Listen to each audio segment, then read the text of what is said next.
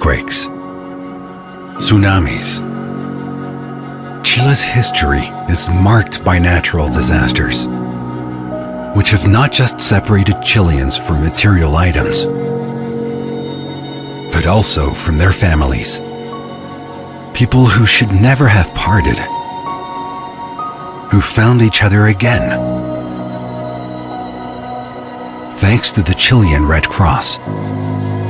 The Chilean Red Cross's Restoring Family Links program presents Reunited.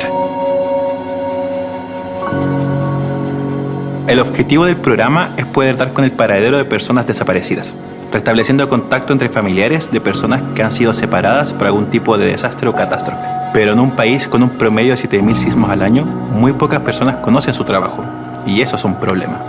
For this reason, we invited a visual artist to represent some of the biggest natural disasters in Chilean history, which allowed us to tell the story of two families that were separated, but able to find each other again, thanks to our program.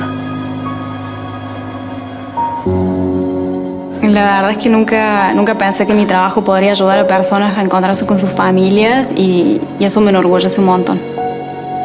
Because if a red thread connects us, it should never be cut. Chilean Red Cross.